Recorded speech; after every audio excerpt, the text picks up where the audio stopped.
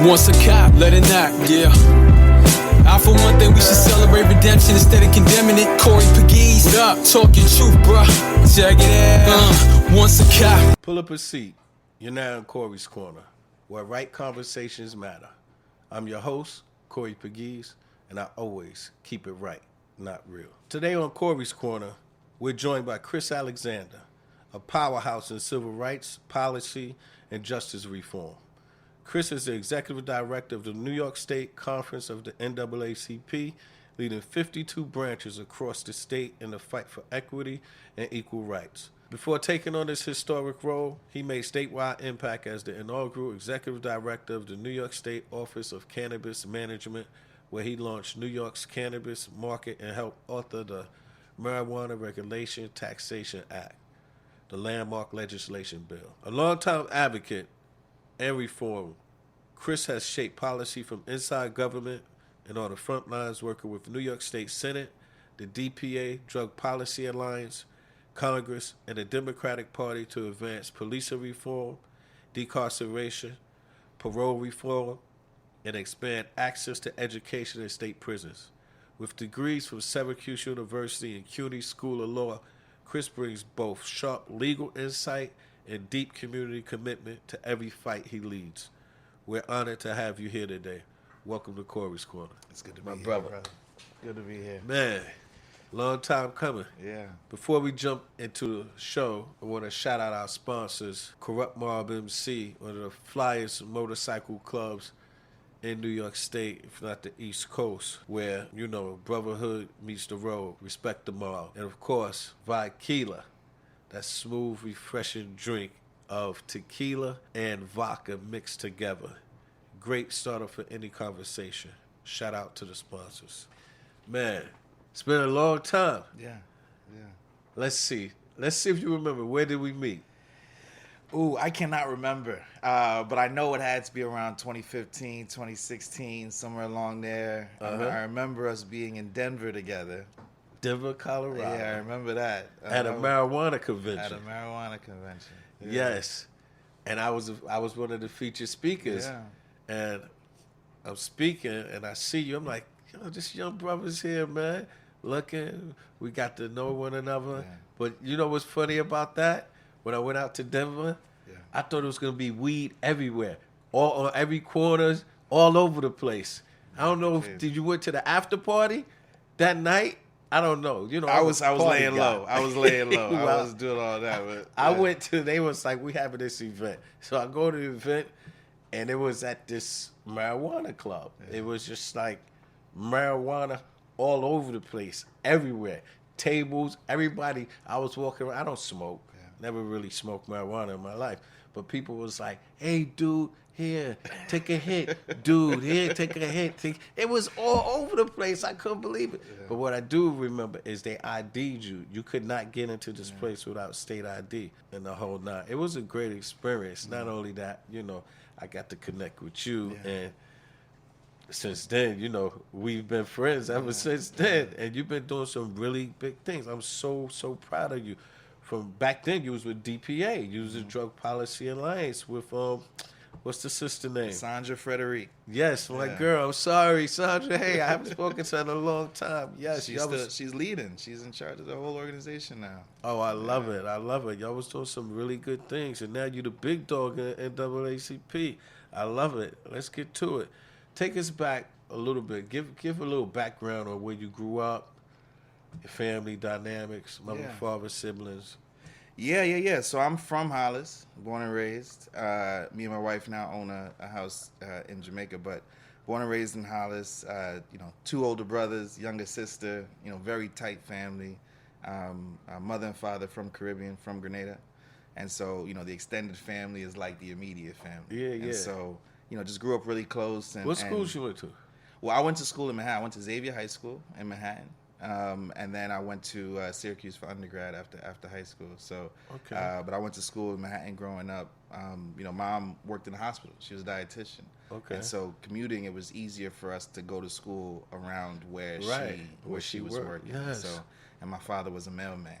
Okay. And so, you know, really just a strong working class family. What junior high? Well, I went to elementary school also in Manhattan, next to her job. So your mother was lying on. She was lying. No, she was taking us into Manhattan with her on the train. In New York, you can't go to schools unless you live in We went to the Catholic area. school. We went to Catholic school. Oh, you went to private we school. went to the Catholic school. Okay. So she would take us on the train with her every morning. You know, when she was doing her commute, we'd be on the train, me and my brothers and my sister. And I love it.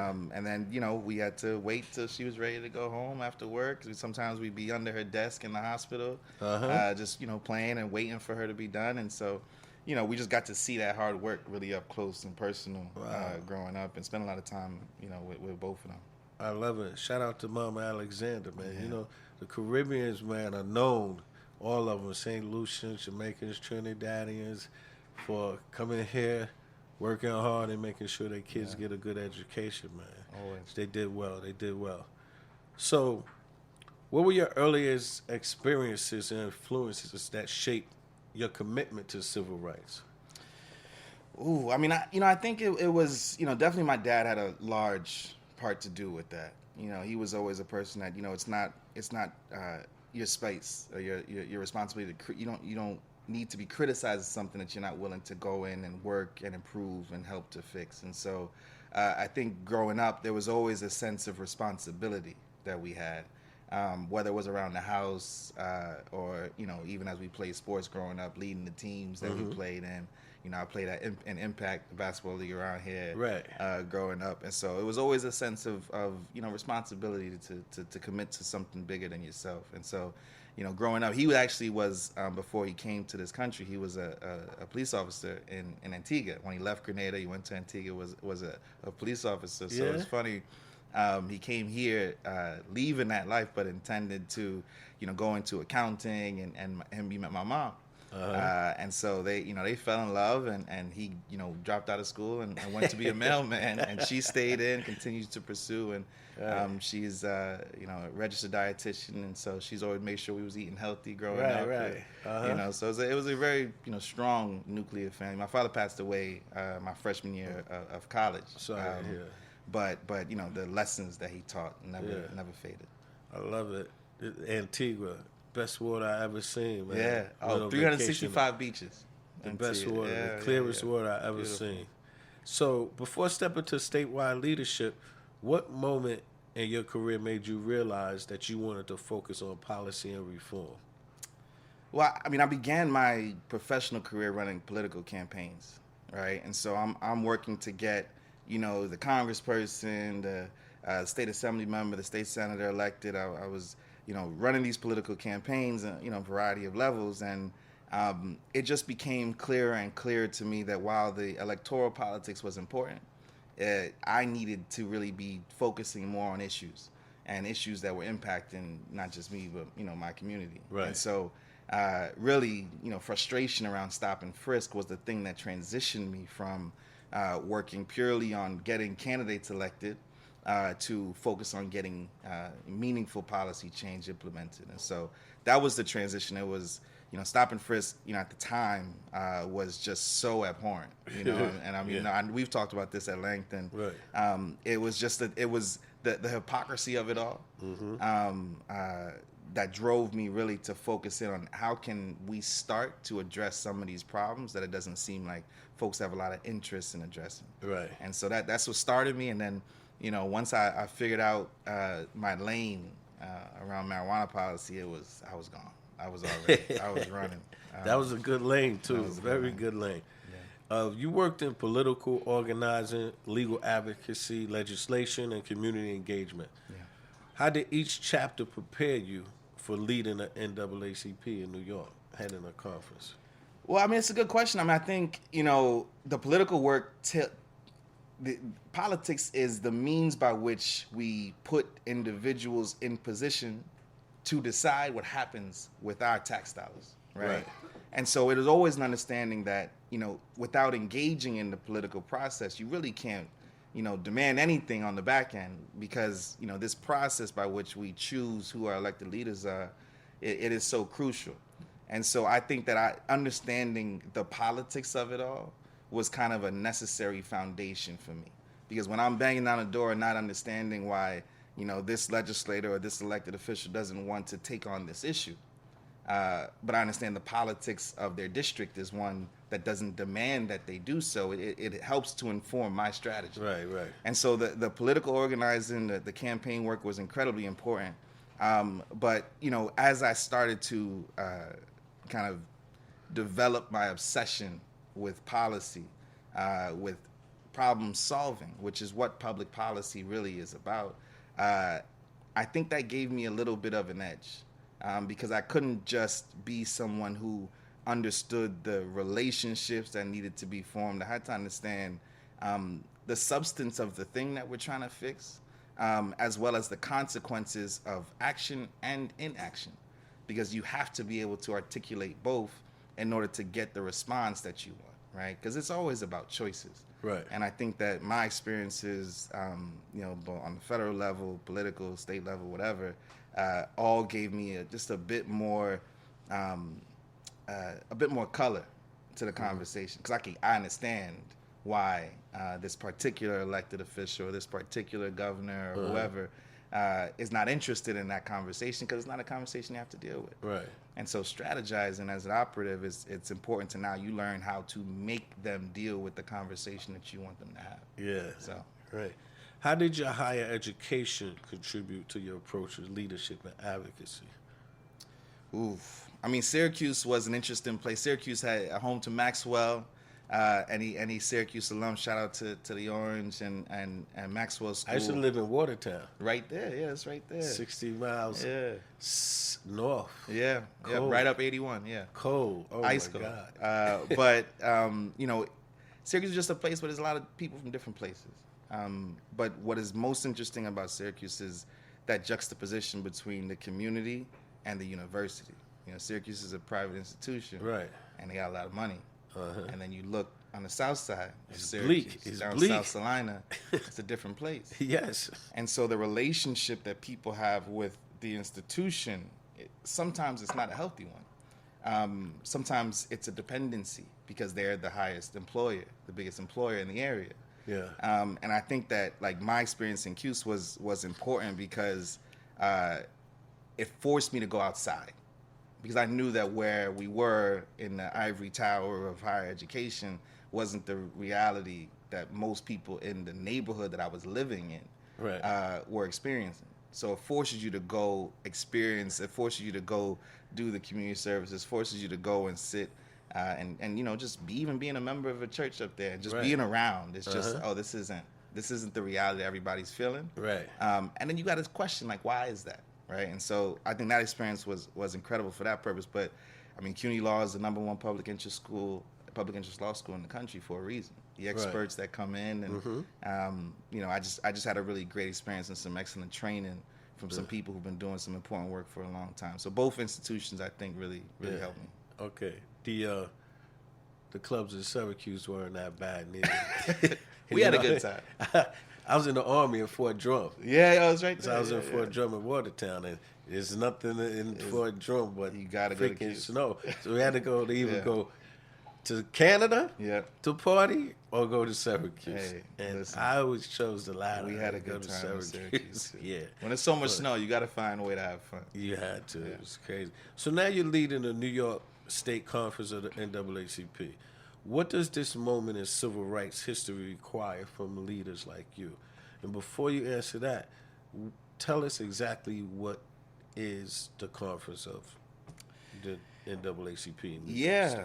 Well, so, the state conference is an interesting entity because, each branch, each unit is what the language that we use. Each unit of the NAACP is kind of its own thing. They all have their own jurisdiction.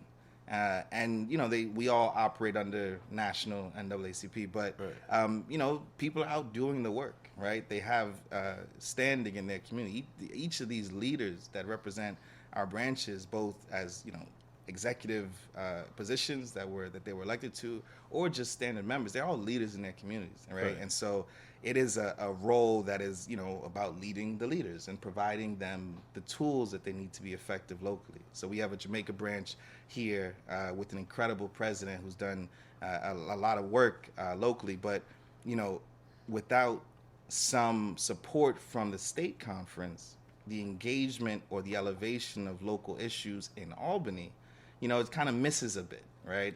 Because you can do all the advocacy you want locally, but sometimes those issues are being laid at your feet somewhere else. And so, my job really as the executive director is about coordination. It's about making sure that the activity of the branches, the advocacy work that they're doing has the intended impact, which means that we have folks in Albany that are listening. Right. If I have a situation in a particular branch and there's something going on right now in one of our branches where they're kind of going back and forth with the school district and the school board, that might require legislative change in Albany to address that problem. And I think my job is to make sure to elevate their work that they already have been doing for a long time and make sure they have the tools they need to be successful. So it's an amazing role for me to be in at this time.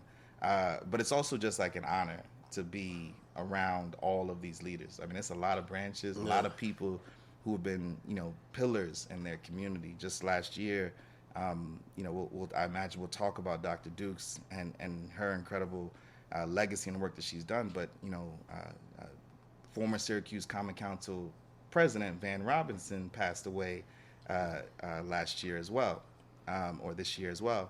And not only was he a long-standing elected official in Syracuse, but he was the regional director for all the branches in that area. He was the Syracuse Onondaga branch president. He was a long-time NAACP member. And so it's an important thing to recognize that, people wear these two hats. And sometimes,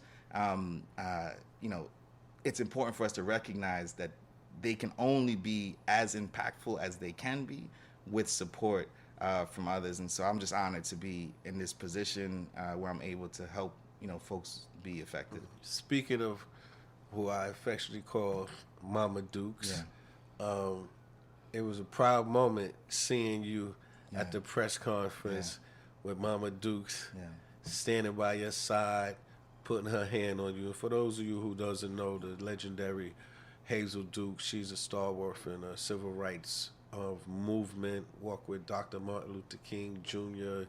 She knew them all. Everybody revered and loved her.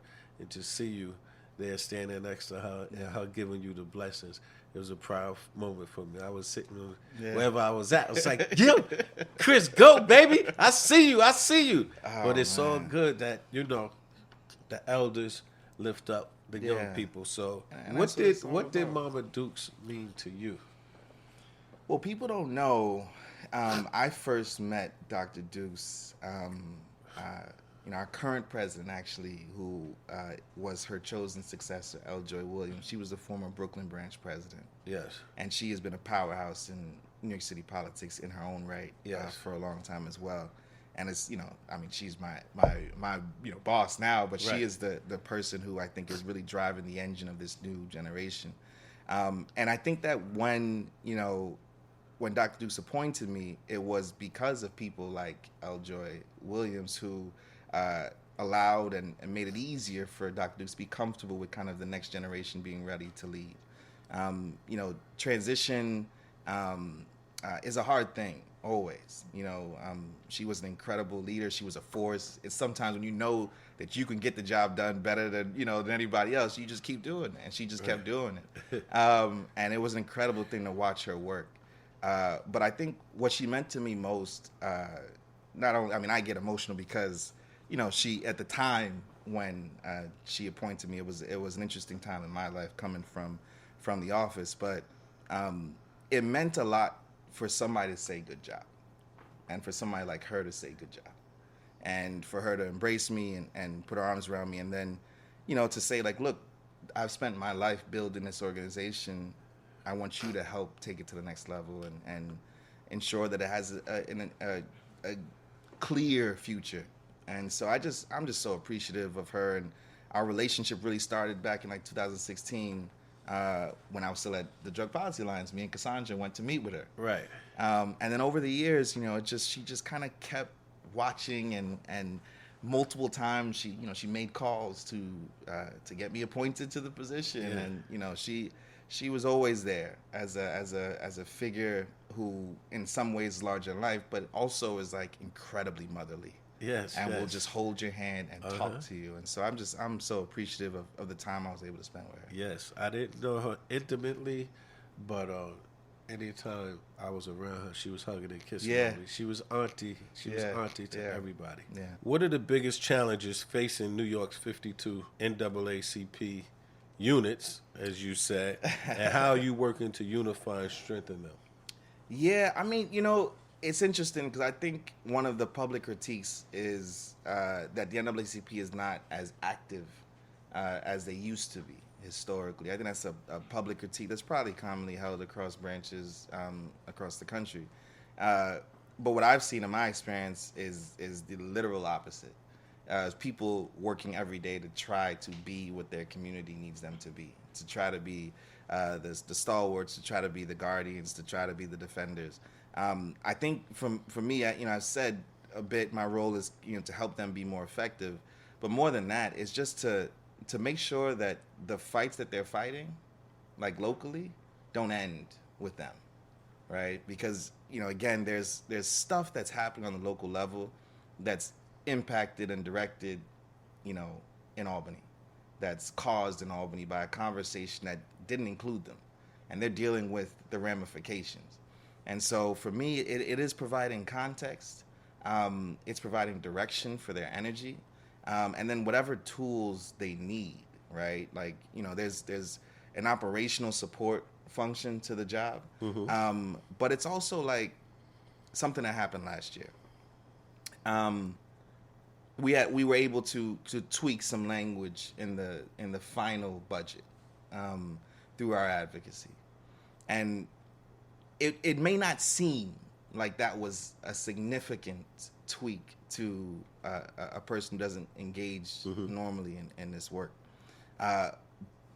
For me, as somebody who served as counsel in the Senate, it was an incredibly significant tweak. And my job not so much was effectuating that, it's showing them that, right? It's showing them that their advocacy can have the impact. Because oftentimes we're banging on doors and we don't know who's on the other side, who's listening, who's going to make whatever change or adjustments based on what we came and the stories that we shared. And so, for me, I oftentimes find myself really just trying to be a big cheerleader, trying to show them that there can be, that they can be impactful. And so I think that's also a huge part of my job, to show them what they can do, which only will fortify them moving forward. Well, if you don't know, changing language in the governor's budget is a big deal. I can promise you that. Yeah. That's a big deal. Yeah. So how do you balance preserving the NAACP's legacy with pushing for more modern, forward-thinking advocacy? Because, the old guard is the old guard. Yeah. And what you said something important, like Mama Dukes was the old guard for sure, but she embraced you. Yeah. Which is the young guard. And I think that she knew that, the fight is the same, right? We're all fighting for safer communities. We're all fighting for, to be treated equally under the law. We're all fighting for prosperity in some way or another. But the tactics will always change. When the civil rights movement was, really at its peak, the biggest strategy and the biggest focus point was making sure that the rest of America saw what was happening in the South, right? The use of TV for that purpose was significant, and it was groundbreaking. It wasn't a thing that existed before. Right. And so, some of the strategies and tactics that we have to implement now are going to be things that folks haven't seen before. But the mission is the same. Right. It's just that how we get it done is going to be different. That's all right. I think that it's just important that we are able to communicate to our elders who have, again, been innovators themselves, why these new tactics are the ones that matter. Social media is a strange thing. And even though it's older now, it as an advocacy tool, and we saw this in this most recent, mayoral campaign, it is powerful. Right? Like we have a mayor-elect who is de facto a celebrity, off of running a political campaign. And so, that's something that's going to continue to happen. Like, how do we capitalize on that? How do we use that as an organizing tool, knowing that people are on their phones 7, 8, 9, 10 hours a day? That's just some of the stuff that we need to be able to implement. And, Eljoy I joke with her all the time. She's definitely a nerd. But, we're putting all of these tools, these technologies that have been developed over the years, and we're putting them, to work to be forces for good. So it's a beautiful thing. Great. So let's pivot to, you were the inaugural executive director of New York State Office of Cannabis Management. Mm-hmm. Another ooh-ah moment for me when I found out that the Senate confirmed you to be the first person to run this. Yeah. I was like, Chris Alexander, he got the job? I was like, yes, my man got the job. Yeah. Another proud moment, man, seeing you climb, man. I just love it. What was the toughest part of launching New York's cannabis market from scratch? Now, before you answer that, there was a lot of detractors, a whole bunch of detractors all over the news, the media. You was getting beat up, then you had other people that was on your side. Man, that was a tough job for you. Yeah, it was tough. It was and remains a difficult job. Starting something, the energy, this is what the entrepreneurs will say, the energy it takes to take something from 0 to 1 is significant, right?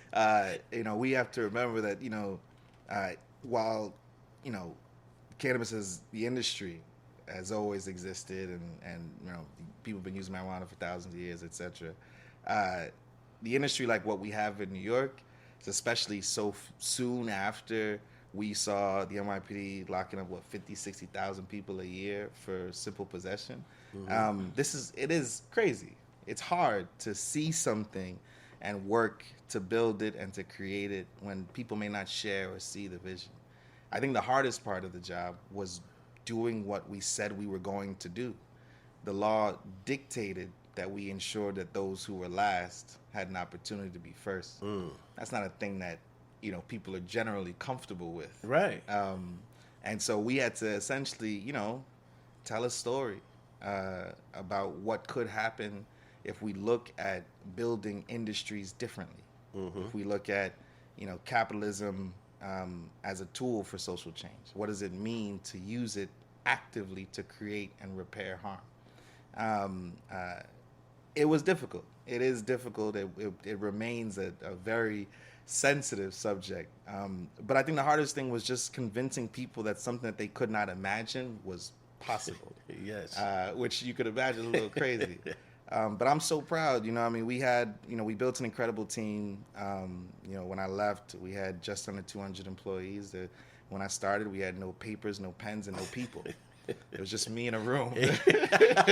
But we had almost 200 staff when I left. We fought like hell to get those first dispensaries open, and now we're over 500. The industry is over $2.5 billion in revenue that's come back to the state. And there's a grant program that was created on the back end, that was created in the law, but is just now starting to get awards out to nonprofits and community groups to do some important work, which is a central part of the effort. So I'm incredibly proud of what we did.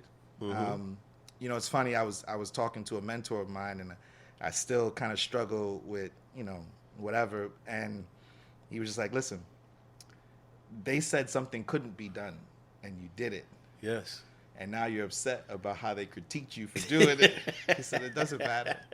And I'm always going to be a cheerleader for our program, for the staff who are dedicated and were working without, all the resources that they needed to do their jobs. People who just believed that we could do something different. And it was an incredible experience. And building that team and getting them going was an honor. I know, congratulations, first of all.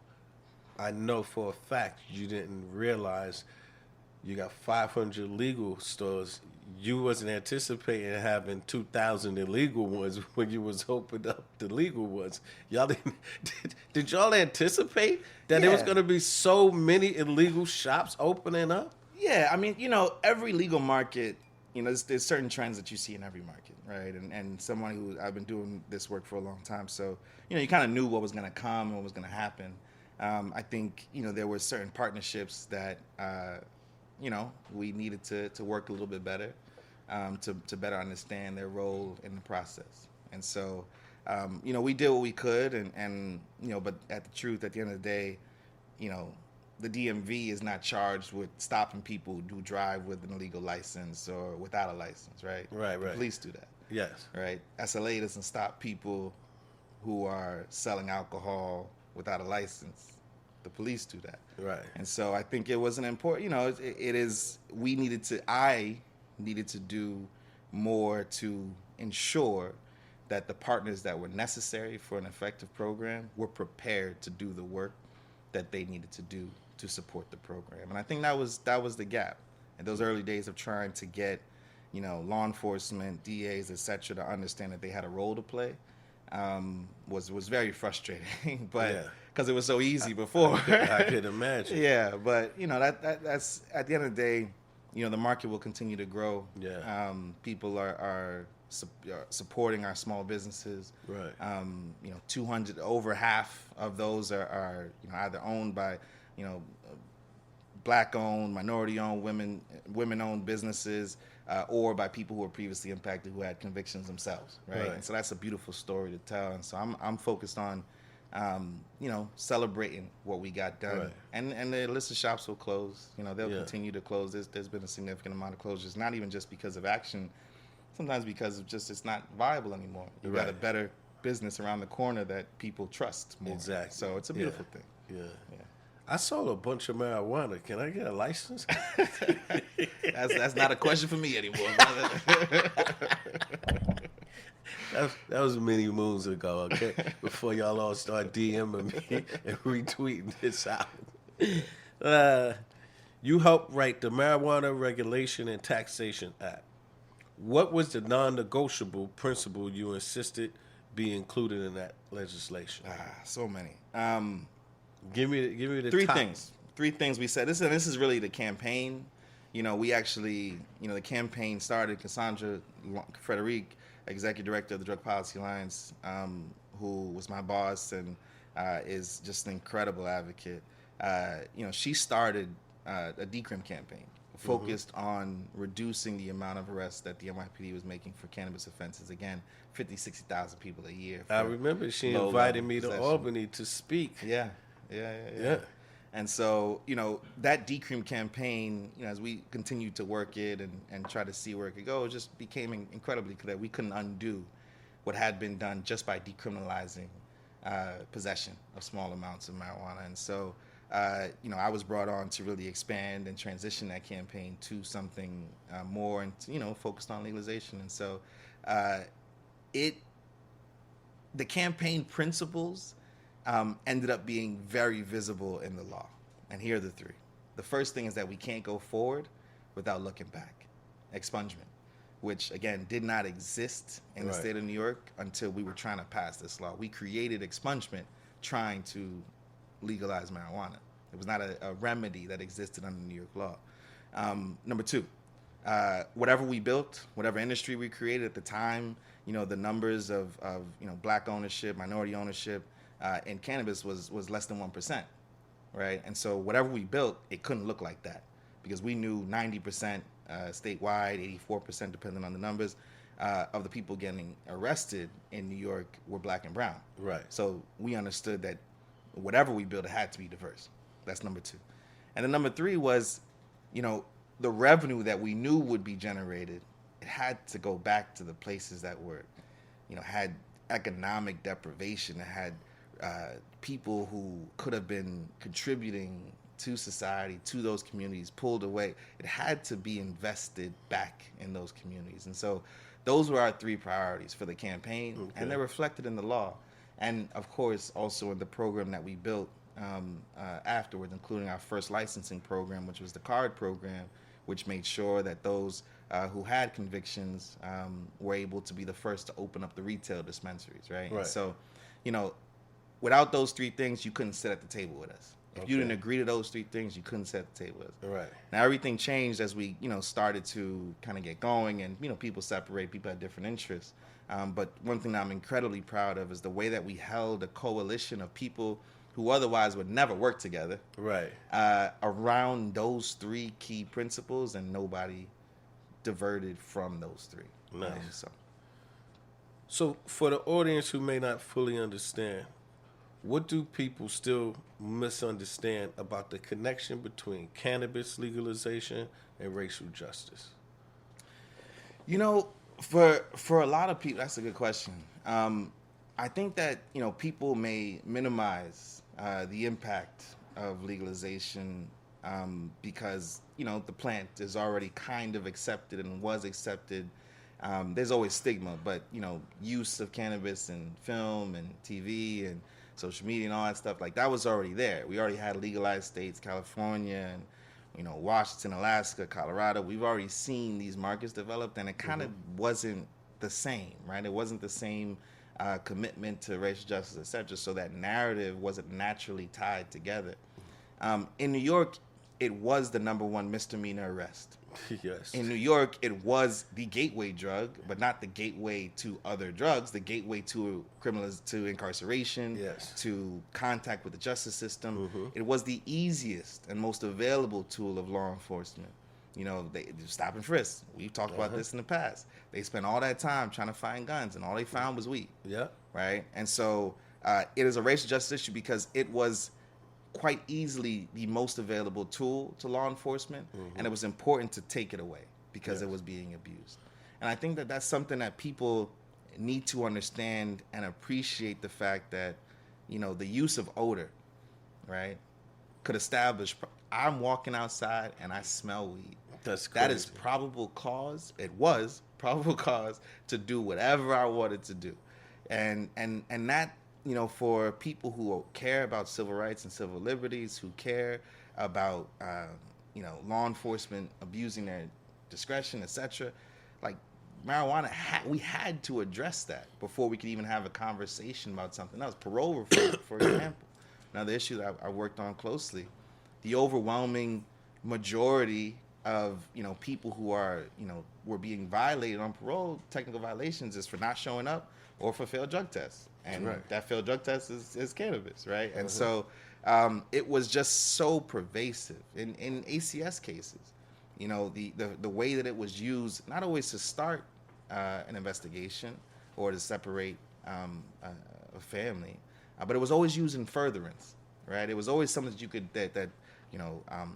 our institutions knew that they could use in furtherance of whatever the agenda may have been. And so it was just an important tool, whether it's employment, housing, education, criminalization. It was something that immigration, number 4 reason why people were deported was marijuana for years. And so it was an important tool to take away, and for me it was just such a central and necessary effort.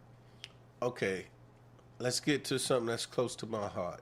As you know, I've been traveling the country with a coalition, criminal justice reformers, speaking about legalization of menthol products. Now, I don't know, what's the position of the conference about menthol products? So the audience that don't know, menthol product, you would know in the black community, is Newport cigarette. Right? They're trying to stop people from using menthol, but they're going to allow other people to smoke. So we've been doing that whole issue, and it hasn't passed in New York State, which I'm very happy about. There's some states that, they got full ban, but they have issues because there's some unintended consequences to it.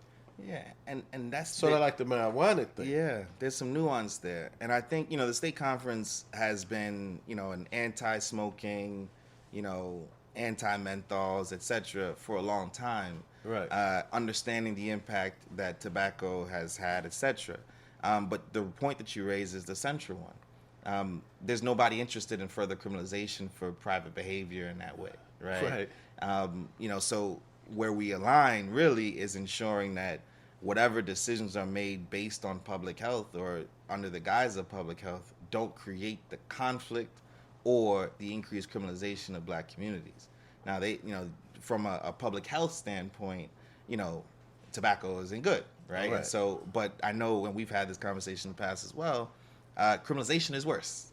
So we are very much so aligned in not wanting to see further criminalization of people for menthol products. We are very sensitive around kids and flavored tobacco products, and I was very sensitive as the commissioner to ensure that, all of our products were, not being marketed to children, etc. And that's a kind of a separate issue with the flavored vapes, etc. But as it relates to menthol, it's the same thing. It's just, we of course want to have healthy communities. We of course want to make sure that people have access to products that, won't harm them. At the same time, I don't want anybody going to jail for anything. Well, I'm glad you brought that up because we have pivoted now. We're talking about harm reduction, which I think everybody should be talking about, giving people choices to use other products to wean them off the cigarettes as opposed to just banning them, like doing legal vapes. Legal vaping is a lot safer than smoking a menthol cigarette. So instead of doing full bans, we're talking about total harm reduction at this point. And I think that's something that y'all might want to look into, harm reduction. Well, from the DPA background, harm reduction is an incredible tenet of the work that we do around drug policy. It's understanding that you got to meet people where they're at. Exactly. And that any change and shift in public policy is not going to be effective if you're not doing that. And so, we're fully aligned on ensuring that communities are safe. Yes. Right? Yeah. I appreciate 1,000%. that. Thank you so much for that. Now we're at the Spitfire round.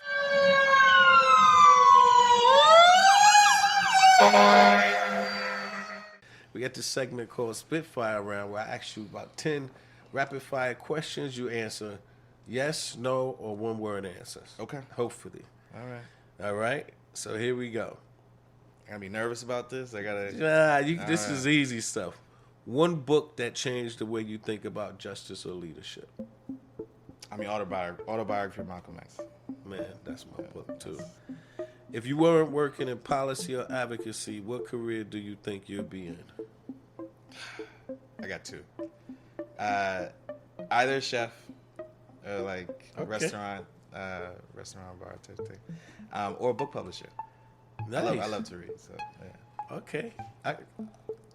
There's a book right there. That's a good one. That's a good one. What's one misconception people have about you?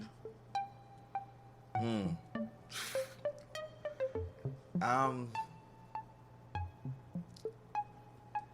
don't know. It's Spitfire. Yeah, I know. That's a tough one. Let's go.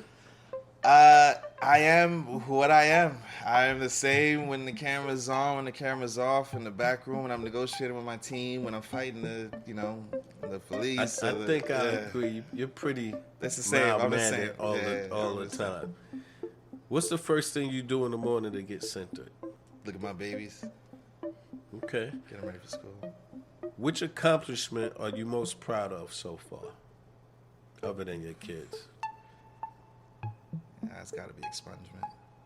Expungement. Yeah. Listen, that's huge. Yeah. Expungement is huge. I like that. What's one policy issue you think every New Yorker should understand better? Our correctional system. Correctional system. Yeah, okay. Prison reform. Prison reform. If you could snap your fingers and fix one system overnight, what would it be? The correctional system. I was going to say it. I already knew you was going to come back with that. Yeah. What's one piece of advice you give to young advocates starting out? Specialty. Develop a specialty. Focus. Okay. What song is on repeat right now in your car? Nas, No Introduction.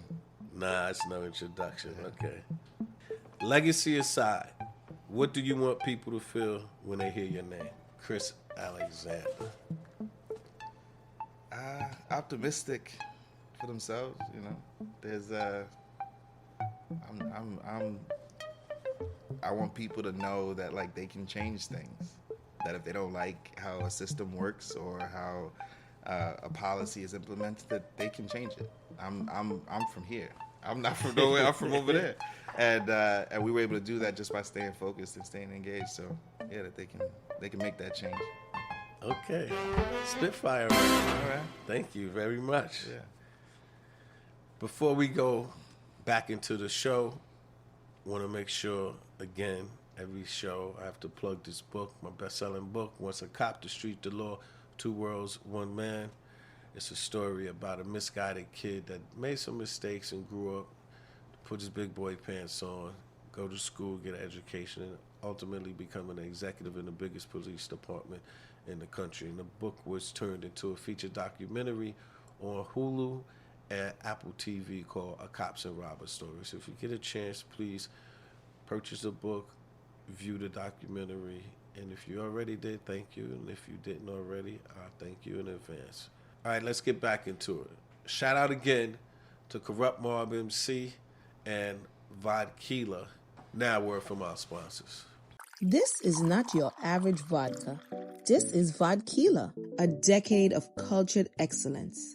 The best of both worlds, the true taste of victory. A delicious dyad spirit, the world's finest blend of vodka and tequila. Vodkila, the perfect blend. From rooftop parties to quiet moments with friends, Vodkila brings the flavor, the fire, and the unforgettable. So pour it, share it, live it. Vodkila. Visit vodkila.net and order yours today. Peace and blessings, love and light, everybody. This is New York City Public Advocate Jamani Williams, and you're listening to Corey's Corner, where he always keeps it right, not real. We wind it down. Your work includes ending solitary confinement, parole reform, and reducing incarceration. Which reform are you most proud of and why? Yeah, I mean, I think,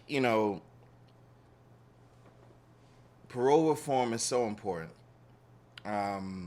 because it allows individuals who have, paid that debt to society to kind of live full lives, right? We have a way of believing that we need to punish people for their lives, for the worst things that they've ever done. Right.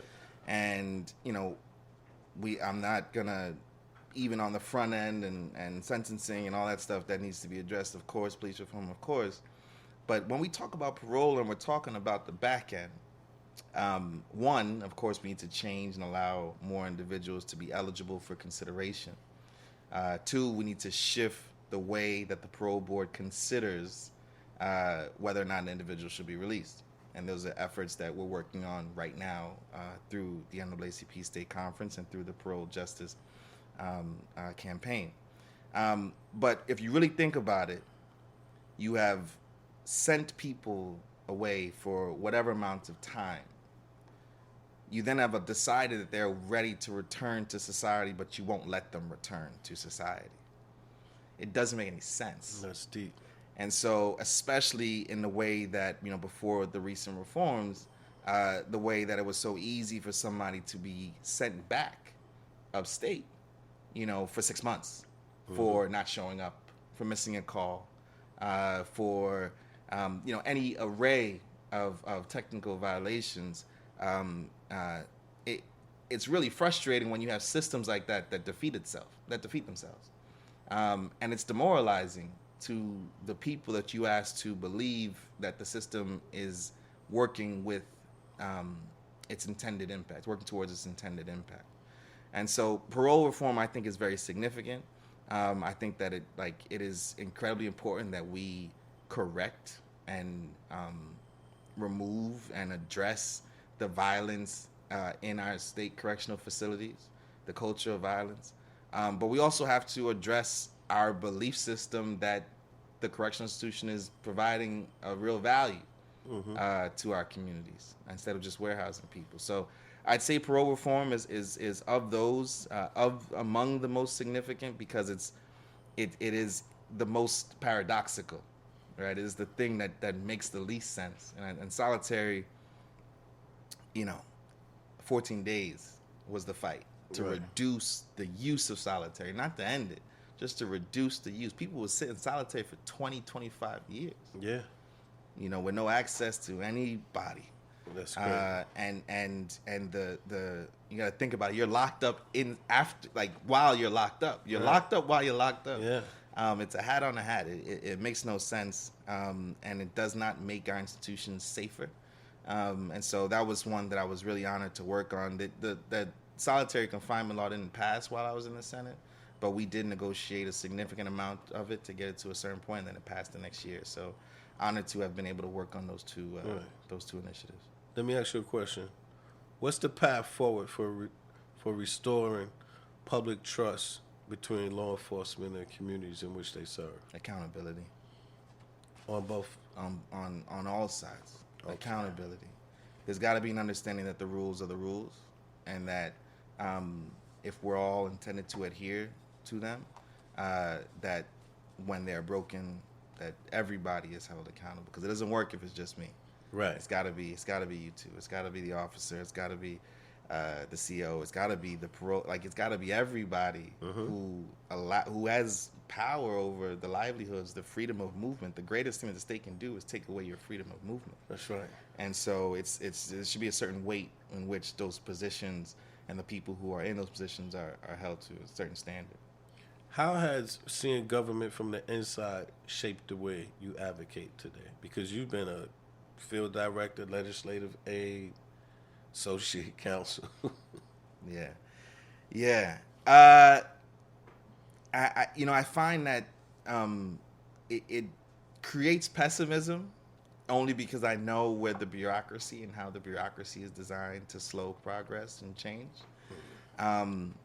But it's also kind of an understanding, like when you turn that, I'm a naturally optimistic person. When you turn it, it starts to be, well, there's opportunities in the bureaucracy, right? They think, and I say they as a universal they, Right. They think that because the system is designed to resist change, that it won't. It will. You just got to force it. And you got to know that because it is a bureaucracy, there's just multiple levers that you can work. And I think, fortunately for me, having been somebody on the political side, as a staffer to a member, as a member of the institution, as a counsel in the Senate, I know how to work the locks. And I think that it's important that we have people who have spent time in these institutions also helping to push them to be better, to push them to address the things that they don't want to address. And I want to shout out a couple of people because I think it's really important, the roles that they play. Andrea Stewart-Cousins, who's the majority leader of the Senate. Yes. And Carl Heastie, who's the Speaker of the Assembly. And I think that these two leaders get a lot of flack because, in some cases they're viewed as holding up the institution. Right. But really, it is about making sure that you're able to balance equities and understand, like, when is the right time. Now, we got to force them when, we think an issue needs to be addressed and they haven't properly addressed it. But the leadership of those two and making sure that we are chipping away at years and years of inaction is significant. And I don't ever want to discredit what they've done. I also will continue to push them to do more. Right. And I'm thankful for, the leader Andrea Stewart-Cousins, who I call the leader. Right. It was an honor to work for her and to learn from her. But what she's also shown me is persistence. Because she is an incredible leader, and she knows how to, turn a room. And so the benefit for me in being in those rooms is I kind of know what they're looking for in terms of whether or not they want to take on an issue. What does right look like? And so I'm hopeful that I can take those talents and make stuff happen. What's one of the misconceptions people have about how policy is made in Albany? I think maybe that they put too much onus on leadership. Yes, those leaders are strong leaders, and yes, if they slam the table, they will be able to get anything done that they want to get done. But it is a process. It is about compromise. It is about negotiation. It is about ensuring that you're bringing other people along with you. And those two do a good job of bringing others along with them. And when they're not feeling like the conferences that they lead are with them, they will slow things. And it's not always, a happy moment when they slow something down. Right. But you know what it is. You know where it's coming from. With a new political climate emerging in New York State, Zoran, Mandami, the progressives, they're about to have a little bit of power in New York State. What keeps you optimistic about meaningful legislative progress? It's the optimism. I think that, seeing the record turnout in this year's mayoral election is a good thing. There's a significant amount of optimism, and I think that we have to continue to build off of that. I love seeing new faces, running for office and trying to get engaged in whatever way they can, or even just people engaged in the political process that weren't before. That's what keeps me optimistic, because I know that, I firmly believe that anything can change, that problems can be addressed and can be fixed. And I think that, that energy is being fed right now by the energy that I'm seeing in the community of people who are excited about voting, who are, excited about participating. It's a really good thing. What does effective political coalition building look like in 2025 and beyond? I go back to what we did with cannabis, right? In order to be effective, you got to know where you're going. Right. You got to know what principles guides you and the coalition that you lead or represent. So, for me, I think it is being very clear on priorities and principles, and then also like being willing to then be a part of the process. We have to understand that, for example, I'm a former commissioner of a state agency. People may have all sorts of demands of what they think that state agency should or should not be doing, without full understanding or appreciation of how that state agency works and what it's capable to do or not do, or if they should be the right person doing, or that agency, the right entity doing that particular work. And so, you got to kind of know where you're at, I guess is the word I would say. I think it's important for folks to not just have that principle, but know where you're at. Know that you're demanding whatever action from the right body, right? We're going and banging on the door, Mayor, you got to lower taxes or you got to raise taxes. That's not his job. He can't do that. Right. He got to go to Albany, and so it's important that folks kind of know where they're at, as well as, being very clear about their principles. What role you see the NAACP playing in the fight for economic mobility for the Black and brown community? The same position we've been in, for 100 years, 100 plus years, leading, right? Okay. Jobs and justice, right? That was the demand. And so I think that we still play a significant role there. There's a lot of other organizations that do that, but none with the history that the NAACP has. Now, the NAACP has always been young people. Yeah. How do you ensure, and what are you doing right now engaging the next generation to be civil rights activists? Well, I want a big shout out to our youth council. Thankfully, we have that structure already built in for the next generation. Each of our branches, they don't all have youth council, but they can. Latrice Walker's daughter is a youth council leader in Brooklyn. Yes. I talked to her today. So. She was on Corey's Corner. I love that. Shout out to Latrice Walker. Like, we need more people like her and all. We need like fighters. But we got to develop the youth. We have to. They come with energy. We need their energy. We need their optimism. Especially like I'm young, but I've been doing this for a long time. So It's easy to get pessimistic. And I try to live in my optimism, but it is easy to be pessimistic. We need the young people engaged and prepared, which means they need to be trained. And thankfully, the NAACP is a place where they can go to get that training. That's good, man. I need to get my kids involved in Long Island. We got youth councils. With the youth council out there, because they got to do something. These silver spoon kids, man, they got to do something. Got to give them do something.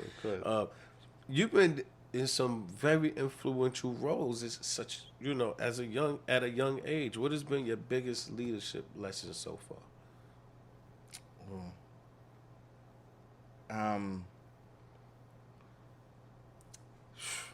One, you can't do it by yourself.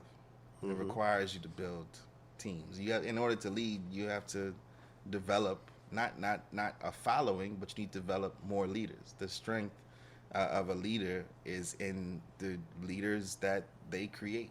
And I'm so proud of having kind of, a group of, really powerful, young people who've worked with me, who've then gone on to do incredible things.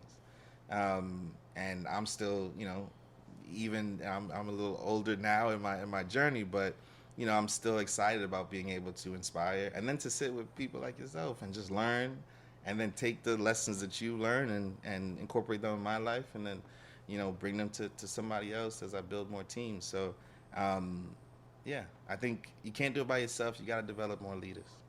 Man, listen, your life story so far is incredible. And my funeral speech is always about, your life is about the dash. It's not about born 1900, died 1960. It's about the dash. And God bless my man Ed Woods, who taught me this many years ago. Life is about your dash. And your dash, what you're doing now, is incredible. I wrote this book at the age of 42. Like most people write memoirs at 80 years old. So I have a whole nother book. What I'm looking at is you have a pretty incredible book on the way, my brother. Before we end and wrap up, is there anything you'd like to share that we haven't covered? I mean, I think there's just, I talked about optimism. I want us in this moment, I live in politics, I work in politics, and I'm an advocate, but I live and work in politics, and I know that it can be incredibly pessimistic. It can be incredibly dark, and I don't know how many times I can say it, but it is incredibly important that people recognize their own power. Like right now, we're in a moment where DC is going backwards, and people are constantly looking and asking the question of if government makes sense, or like what it is that we're doing, and the way that we got a shutdown, we got all this. We got a lot going on. People are not really feeling politics right now. Yeah, but I think you got to remember that like we've decided collectively that we can decide collectively that things could be different, and then we can make it like that. And it just takes work. And so I just want to keep people understanding that even as this guy in DC tears down these institutions, that we can build them back, and we can build them back better. And we should be invested in building them back better. Yes. Yeah. Well, a friend of mine I spoke to today told him I was interviewing you. He said, you asked Chris this question. What does he think about the 2026 governor's race between Salgado and Hochul? Yeah. And, on Corey's Corner, Norman Seabrook announced here on Corey's Corner that he put his name in that. Yeah. Norman Seabrook. Man. After this mayoral run, next year, Everybody 2026, man. Nah, I mean, it's going to be competitive. I think the biggest thing is, like, people want to feel seen. People want to feel heard. People want to feel that their elected leaders are, care about, them and their livelihood. And so I'm interested to see what happens. Like everybody else, thankfully, I'm in a role that is a nonpartisan. Right. So I can sit back and, but no, we got to engage people. At the end of the day, like, we're going to be working to turn people out and to make sure people are educated on what's at stake. Right. You know what I mean? So I'm interested to see what happens. Yeah. Well, listen, my brother, thank you for sharing your truth, your vision, your relentless commitment to justice. Right conversations like this remind us that civil rights work isn't just abstract. It's lived, it's fought for, and it's carried forward by leaders who refuse to accept anything less than equity for all, such as you. We appreciate you for joining us on Corey's Corner. Thank you, brother. Appreciate you. Yes. Thank you. For our listeners, if you found value in today's episode, please like, share, and subscribe. This has been another episode of Corey's Corner. Until the next time, just remember, keep pushing, keep grinding. It's not always where you start. It's all about where you finish. I'm Corey Pegues, and I always keep it right, not real. Peace. Special thanks to our executive producer, our engineers, and much respect to Corrupt Mob for making Corey's Corner possible. Once a cop, let it knock, yeah. I for one thing we should celebrate redemption instead of condemning it. Corey Pegues, up, talking truth, bruh. Check it out. Once a cop.